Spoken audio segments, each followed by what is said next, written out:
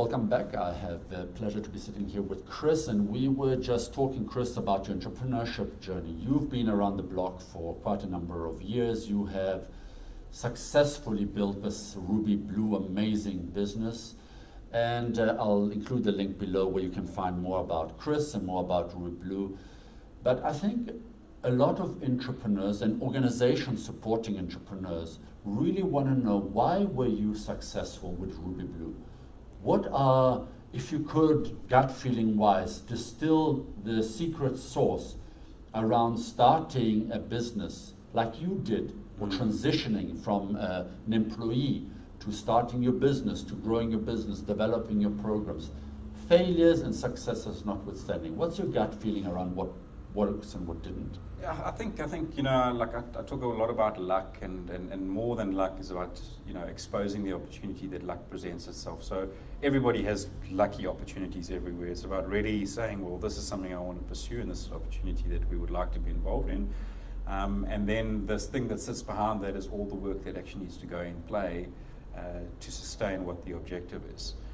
So it's for me, it's around luck, picking up those lucky opportunities, but then really identifying which ones you want to be involved in, and then literally working your ass off until you achieve what your ultimate goal is.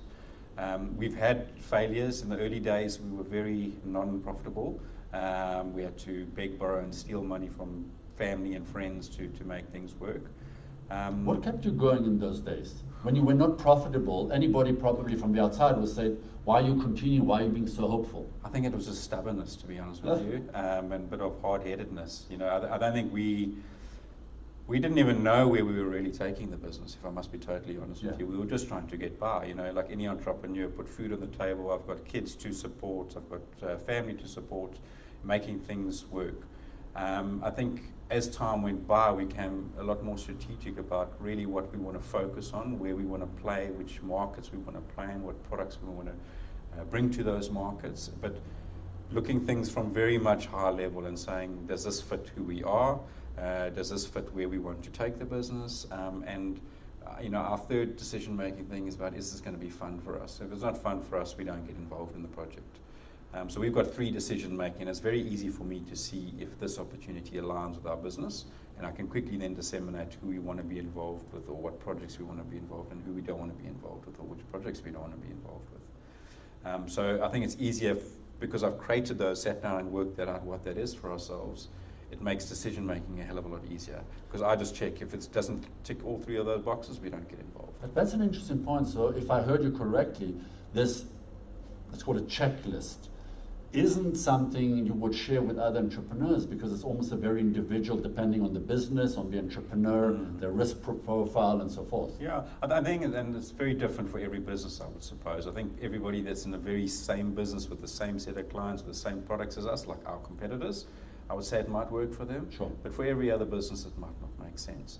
And I think only the entrepreneur that's very closely aligned with what their business objectives are can define what that is.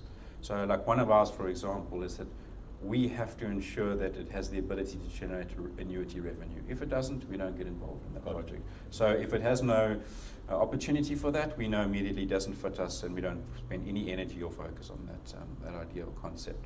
So it really makes our decision making a hell of a lot easier when you get to that point.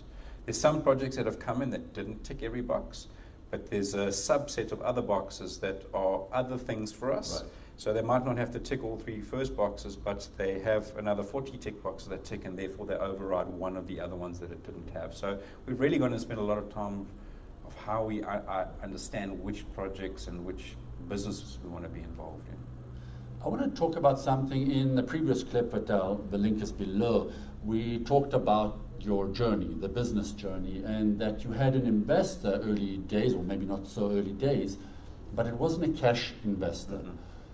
Tell me, without revealing confidential things, but I would love to know, what was for you the strategic reasoning in partnering with this investor, and advice you would give to other entrepreneurs and who are maybe looking for funding, when maybe funding is not the issue, maybe it's access to markets, to clients, to networks. Yeah, so I think the value that we really positioned of our shareholders wasn't about the cash injection, because there was no cash injection. For us, it was around the ability to have a set of guides or mentors in every different department, so finance, strategy, sales, marketing. Massive exposure to network. One of our partners is probably one of the most well-connected entrepreneurs in South Africa, if not Africa. So to getting a coffee with the CEO of a big bank is no big deal. And then also for me, I needed somebody to hold us accountable.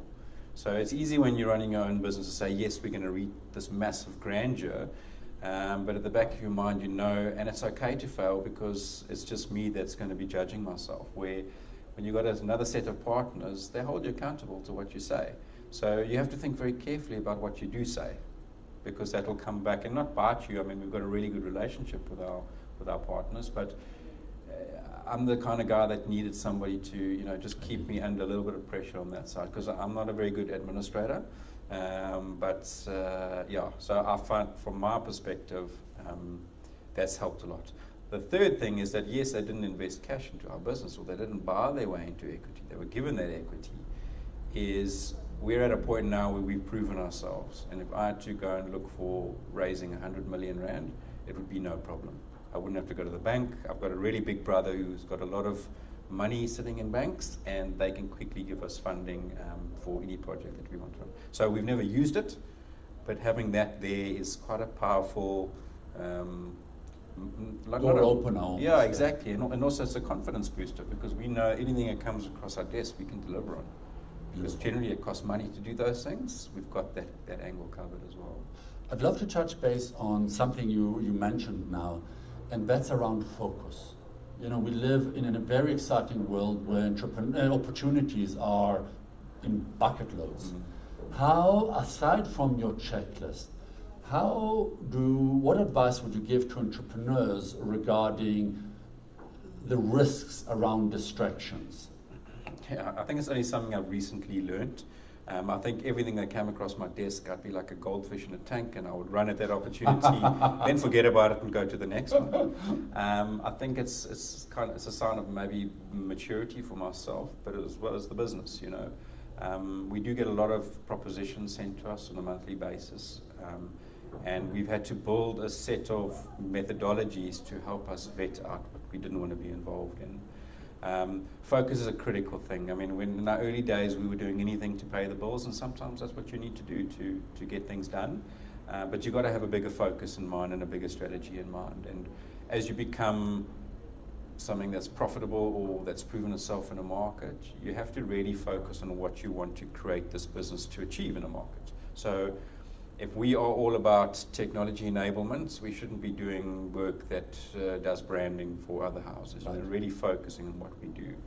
And that focus has allowed us to build proper strategies, not only from what's the overall business focus, but what's our sales strategy on how we're going to achieve those numbers? What's our marketing strategy and how we base our assumptions in our budget or our big strategic picture? How does it support that stuff? So it creates that ability for you to become much more focused, and therefore I believe much more successful. It's a given for us. I wish I'd learned that in the earlier days. But like I say, I mean, you've got to do whatever you've got to do to make things happen. You've got to put food on the table. That's your primary focus as an entrepreneur. I want to touch on that focus a little bit more, especially in the space that you are in. Scope creep. Hey, if only we add this more function, we'll get more clients. Yeah. What is the balancing act? How do you make sure that you don't start going off track? So we look at scope creep slightly differently, I think maybe to more than most. So we're all about enabling our software. So any request that comes through, we'll happily take a look at it. What we do make sure is that if it doesn't benefit the majority of our client base, then that's for your cost. If you want to pay for this project to link your aircon to our software, you would pay for that on your own. And there it's very much, scope creep is very clearly defined so that we don't go over. In terms of internal development to extend the feasibility and the functionality and the robustness of our software, we're all about give us more stuff. We want to add more and more, because through that process we are keeping clients, because nobody else doing it this way. Got it. And that's kind of one of our USPs, is that we need to stay ahead of the pack. We got there before everybody, and we now need to spend a lot of energy and development into what else can we build to make our clients' lives easier.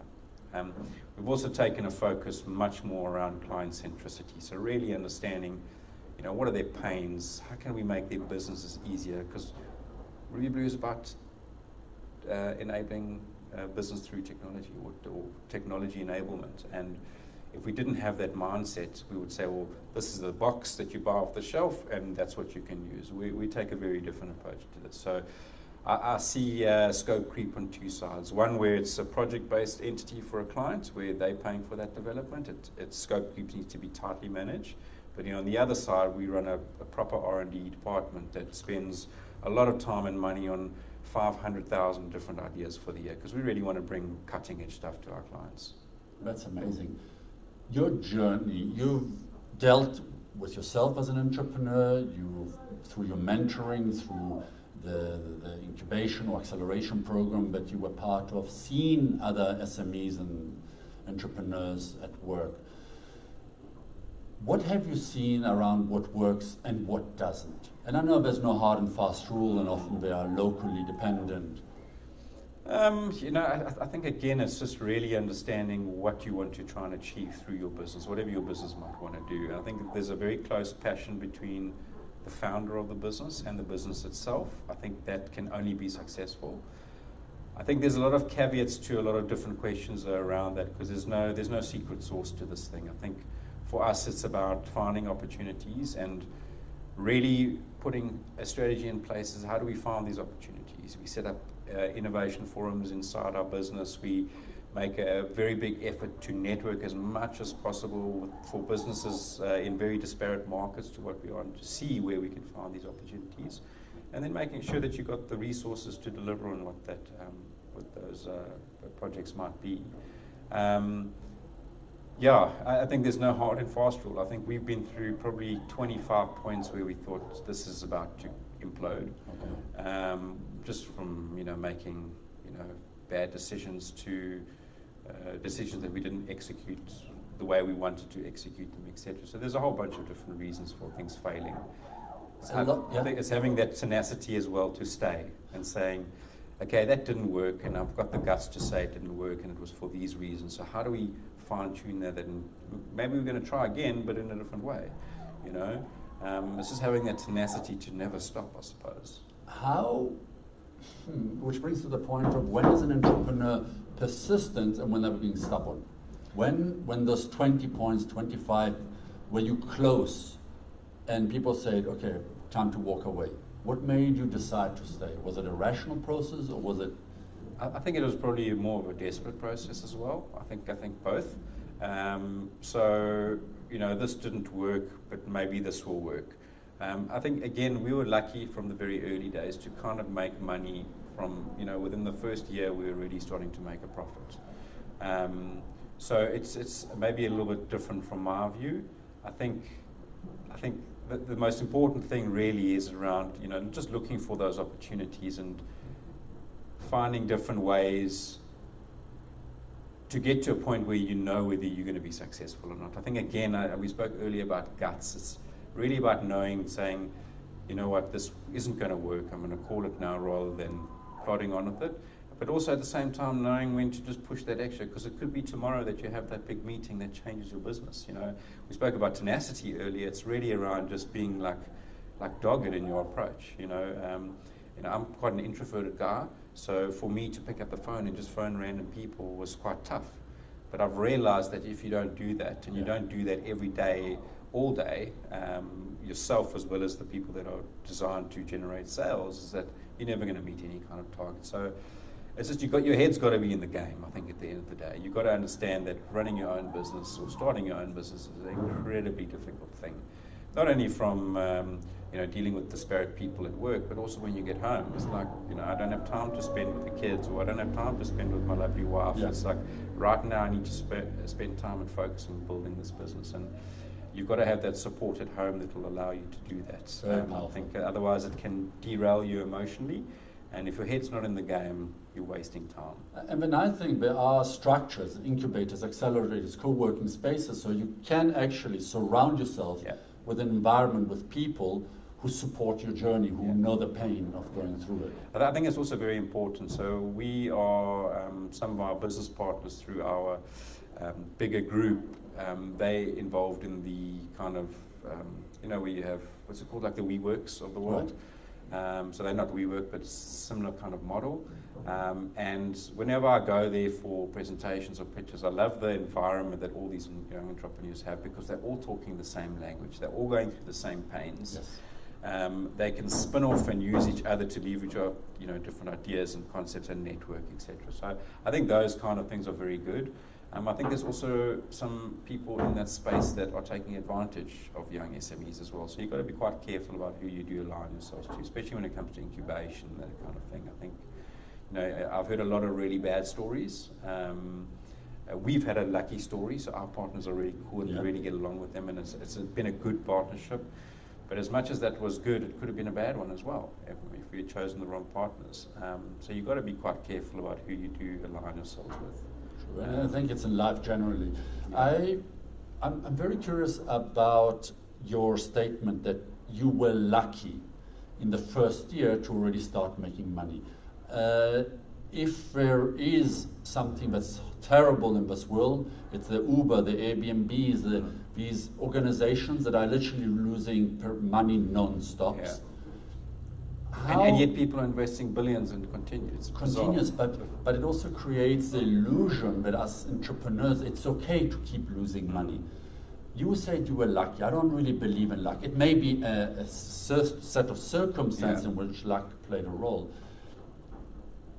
How do you make money in your first year when you haven't got yet the budgets to develop a perfect product or service? So I think running lean. In the early days, there were no salaries. We couldn't really afford our employee salaries at that stage. So there was a lot of, we had to put our proverbial balls on the line for a long period of time before, this thing became something that was profitable. But I think very early on, we agreed that we had to make this thing work soon, because we didn't have somebody with lots of money sitting behind us at that stage when we first started, before we joined our incubation model. Again, I do say luck, but at the same time, we took those opportunities where maybe some other people wouldn't have taken them. And we dedicated our lives to making sure that those came to something that actually delivered real value. So in those early days, it's difficult. It's extremely difficult. We were lucky to run a very lean, non-expensive shop at that point in time. And we managed to get to a profitable stage within the first year of starting Ruby Blue. But it wasn't easy. Whether it's 9 months of making no money to 5 years of still making no money. Every month there's a month on its own. And you're talking about these unicorns of Airbnb where guys invest, crazy amounts of money into those things. Those are the unicorns. That's not common practice. I think if you had to look over the last 10 years, there's only maybe 10 of those. There's lots of other ones that maybe are not as big as the Ubers and the Facebooks and the WhatsApps, but those are very rare. And you can't, as an entrepreneur, think you're going to be that one. I think you have to build a profitable business before you can even think about, looking at that kind of scale. Because there's a difference between running a business of 10 people to running a business of 20,000 people. It's a very different scaled, and if you haven't done all the process building to begin with, you can't really build a business quickly. That's also something else I think is very important to note, is that when you start out early, there's not a lot of people, and you don't need a lot of processes documented, because everything's kind of in your head. I do it this way and it kind of works, so we'll do that going forward. But as you start employing more people, we quickly became aware of how other people take what we thought they would do to what they actually delivered on. So we then spent a good year or two building processes inside of our business. And I think if you do that earlier on, it's a lot easier. To now come and disrupt a team of 50 people and say, hey, from now on, we're going to do it this way, is a lot more chaotic than saying in the early days. And in that stage, you've got the time as well, actually, to really build a solid set of how we order stock or how we alarm the office. It's not even expensive as exactly. And it's not. And to repeat yourself 5,000 times, it becomes a lot more expensive if you don't invest the time early Absolutely. on. I think that's just something I missed earlier that I would like to add as well in That's terms beautiful. of the learnings, because it's if we had done it earlier, it would have saved us a hell of a lot of time and frustration. You talk a lot about we, and in the conversations we've had, you talked about your investors/partners, equity partners. You had a business partner, I guess it was a co-founder who tragically passed away. Yeah. What is your view? I'm going to ask really two questions. The one is, what is your view regarding starting on your own and starting something? And if you start something with somebody else, how do you decide who's the right partner? I would always say start something on your own, because then you've got no other people to disrupt what you're trying to create. I think I've also seen a lot of partnerships where other partners have been involved and it kind of breaks the business completely, and you take a really good solid business and you turn it into nothing at the end of the day. So if you can do it on your own, I would say definitely have a set of guides or mentors that you can rely on just to bounce ideas. It's a powerful thing to have that in your arsenal. If you are going to get involved in partners, again, there's no right or wrong answer whether a set of partners was the right or wrong group. I think if you do go partnership route and get people involved in your business, is really make sure that you bought into them as being your partners long term. I've seen a lot, and I saw this in myself, is that I was internally fighting our partners, and it has no real gain. In fact, it just negates the business and it creates a bit of toxicity. And as soon as I realized that, hey, hang on, these partners are not going to do everything for me. They're there to provide these set of responsibilities. My responsibilities is this. I can't expect them to be doing that. It's really taking ownership of my role within the partnership, and maximizing that partnership. So getting along with them, being open with them, coming up with new ideas with them. If there's problems, talk about stuff, communicate. I often find that if you let things fester, they become an emotional thing, and then they become actually irrelevant and not really the real issue that began out, that the issue started out with being. And this applies to business and to private life. Exactly, 100%. So I think communication, having an open channel and having a very clear vision between the entire group, if you want to call it that. It's not that people are trying to go this way, other people are trying to go this way, because it's just that boat's going to go nowhere. It's just going to go in circles at the end of the day. So again, to give advice on the right partner, unfortunately, only time will tell if somebody's the right partner, and it might already be too late. I would say definitely do your homework. If those partners are involved with other people, go and use them as reference check. Go and speak to people. Go and network. Find out. Don't just say, hey, here's a company that's going to take a shareholding in business. They're going to pay us or not pay us. It's irrelevant. And then we're going to make $1 billion together. It doesn't work like that. You have to do your homework. We spoke earlier about research. I think this needs probably more research than anything else to find a partner for your business. It's like getting married. Yeah, exactly. You date. You don't get married on the first date. Exactly. So you have to do the homework, and you have to make sure that from the outset it's the right partner that you believe is the right partner, and then really focusing on having the right mindset about how do we leverage off this partnership.